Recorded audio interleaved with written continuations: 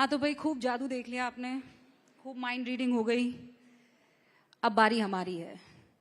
लेकिन प्रॉब्लम यह है ना कि हमारे सामने हमेशा राजनेता होते हैं और इनका दिमाग पढ़ना सुहानी के लिए भी, मैं बता देती हूँ, टेढ़ी खीर साबित होने वाला है। सुहानी होती तो मैं बुला देती, क्योंकि हर मौसम इनके मिजाज बदल जाते हैं।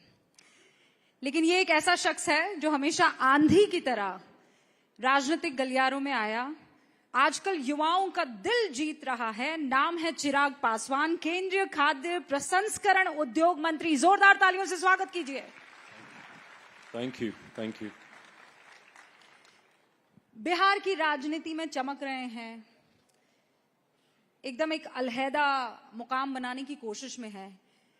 लेकिन आजकल आपका एक बयान बहुत चर्चा में, और खासकर वक्फ बिल के पास हो जाने के बाद आपने उसका स्वागत किया, आपके सांसदों ने साथ दिया, लेकिन आप याद दिला रहे हैं कि मेरे पिताजी तो मुस्लिम मुख्यमंत्री चाहते थे और मुसलमानों से उनको इतनी मोहब्बत थी कि वो बिहार के लिए एक मुस्लिम चेहरा चाहते थे। उनकी वजह से, उस चाहत की वजह से उन्होंने विधायकों को खोया है। मतलब इस बयान की माने क्या है, आप क्या बताना चाह रहे हैं?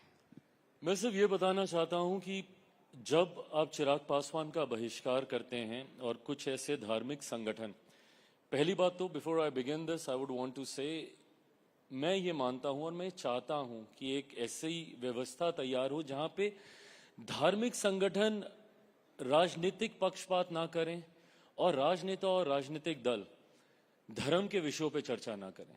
जिस दिन अगर हम लोगों ने इन दो चीजों को अलग कर दिया ना, राजनीति से धर्म को अलग कर दिया और धर्म से राजनीति को अलग कर दिया, तो मुझे लगता है कि एक बड़ी समस्या का समाधान वहीं पे हो जाएगा। बट बहरहाल से पहले, चूंकि आप कहते हैं राजनीतिक पार्टियां रिलीजियस मुद्दों पर या रिलीजन को डिस्कस ना करें, जब आप ये कहते हैं तो वो 4 उंगलियां आपकी तरफ नजर आती, या ये कहिए वो 3 उंगलियां आपकी तरफ। क्यों? क्योंकि आप एनडीए का हिस्सा हैं। एब्सोल्युटली। बीजेपी को कहते हैं कि हिंदुत्व का परचम बुलंद करने वाली पार्टी है। चिराग पासवान ने माथे पर माशाल्लाह बड़ा सा टीका लगाया हुआ है, इतने सारे कलेवा अपने बांधे हुए हैं, और बीजेपी ये कहती है कि राम मंदिर हमने बनाया, फख्र से कहते हैं। तो आप ये कह रहे हैं कि बीजेपी जो चर्चाएं करती है हिंदुत्व पर, वो आपको नहीं चाहिए? मुझे बिल्कुल नहीं चाहिए, और मैं चाहता हूं कि इस पे कोई चर्चा किसी को नहीं करनी चाहिए।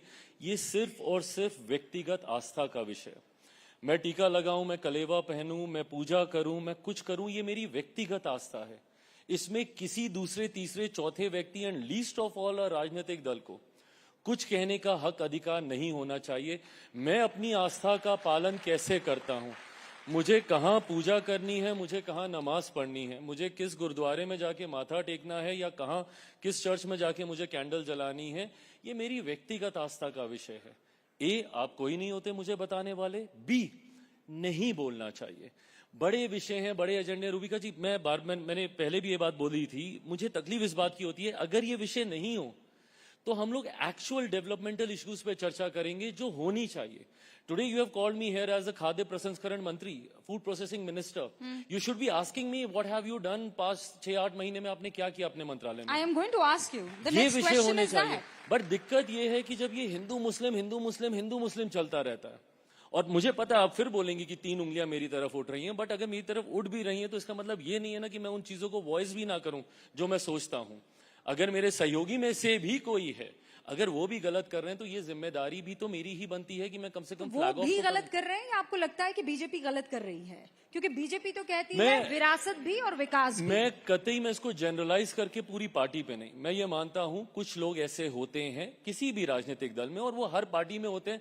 कई बार मैं खुद अपनी ही पार्टी में कितने नेताओं को मुझे टोकना पड़ता है कि भाई ये मत बोलो, ऐसा मत कहो, ये मत करो। तो होते हैं कुछ लोग जिनको सूट करती है ये पॉलिटिक्स, जहां पे आप सांप्रदायिकता के आधार पर, कम्युनलिज्म के आधार पर लोगों को बांटने का प्रयास करते हैं। Not only communalism, even casteism. I come from a state जहां की politics is dominated by the caste scenario there. So कई लोग जातीयता के आधार पर, I have a regional party there who flaunts MY समीकरण। व्हाट इज MY समीकरण? इट्स अ समीकरण बेस्ड ऑन जातीयता एंड सांप्रदायिकता। इस चीज पे बना हुआ वो समीकरण है।